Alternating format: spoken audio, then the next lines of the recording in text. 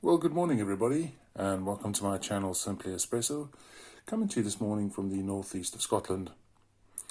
Right, so we are basically at the end of the month. It's amazing how quickly April has flown by. So this will be my final espresso review for the month before I do my video for the top espresso for the month. We're going back to Denmark and back to April coffee roasters. And I've done a few of them before, but this is their Ethiopian espresso roast, and it is their, I don't know how to pronounce this, I think it's Zewde espresso, Kroom 74142, with flavor notes of tropical fruit, jasmine and raspberry. So I will be expecting a nice fruity cup from this one. That would be my expectation anyway. So yeah, this will be my final espresso review for the month. I think I've done about 19 so far for the month.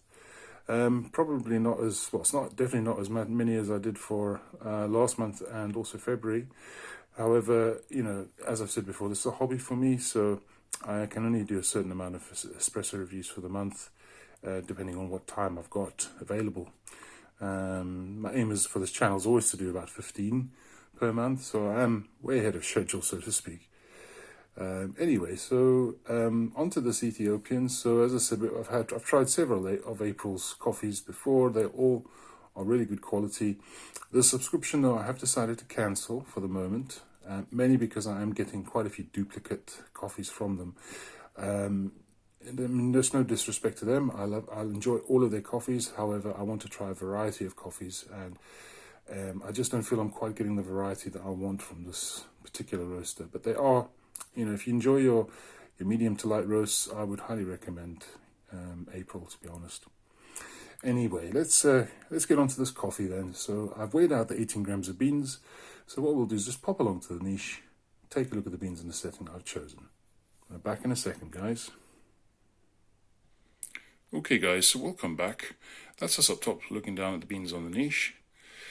So taking a look at these beans, I would suggest that they are medium roasted, and as you can see by the dial on the niche, I have set at, I think it's 15.5. Yeah, 15.5 on the dial of the niche. So I'm hoping that will be, I mean, that's quite a coarse grind, and generally I find that my grinds for beans is generally about 10, 11, 12, you know, even if it's sometimes below 10, 9, 8, so that's quite high. And quite coarse, so it'll be interesting to see what we get with that one. Okay, so we'll just go on to the grind then, shall we?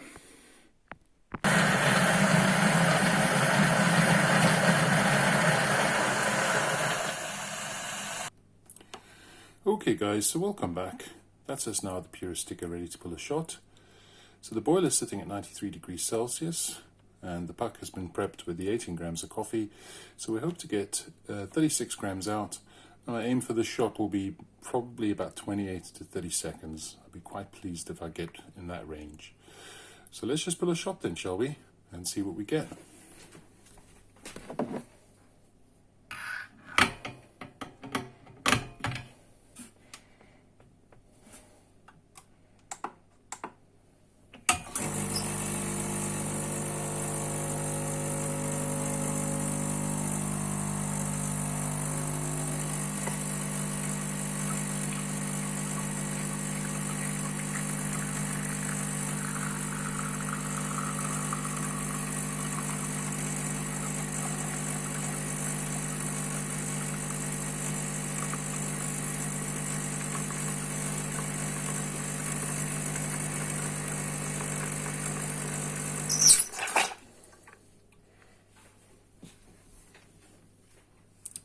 Okay, so that was a 32-second shot. So a little bit over the 28 to 30 seconds I was aiming for. It is interesting, I did it at 15 and a half and I got 28 seconds with the last shot, so not 100% sure what happened there. Perhaps my puck preparation wasn't 100%. Not too much channeling, but a little bit of spurting there as well. So not 100% pleased with the shot. However, I am pleased with the timing generally. Weight-wise, we got up to 35.3 grams. So pulled slightly short there in the end. Not quite getting the 36 grams. So overall, not the best shot, not one of my best shot guys. But I'm going to take it at that ratio. So what we'll do is just let the brew cool down slightly. When I come back, we'll do the tasting. So back in a second. Right guys, so welcome back. That's us ready to do a tasting. Right, so as you can see, just a little bit of crema left over there. Alright, so we'll just have a quick nosing and see what we get.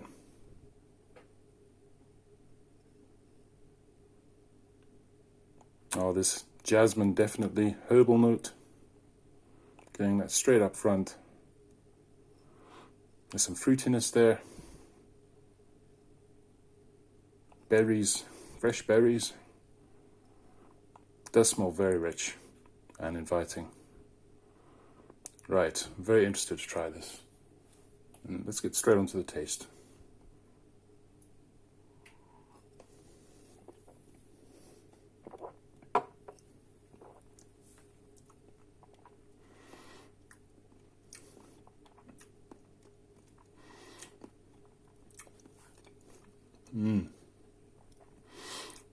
It's bold and rich. Getting some chocolate notes. Those raspberries definitely come out quite in your face, bold and up front. There's some jasmine herbal notes kicking around there in the background. A little bit of acidity. The mouthfeel was quite medium bodied, but quite slick down the throat, so quite velvety, creamy. It's just a very tasty espresso, this one. Let's have a second sip and see what we get.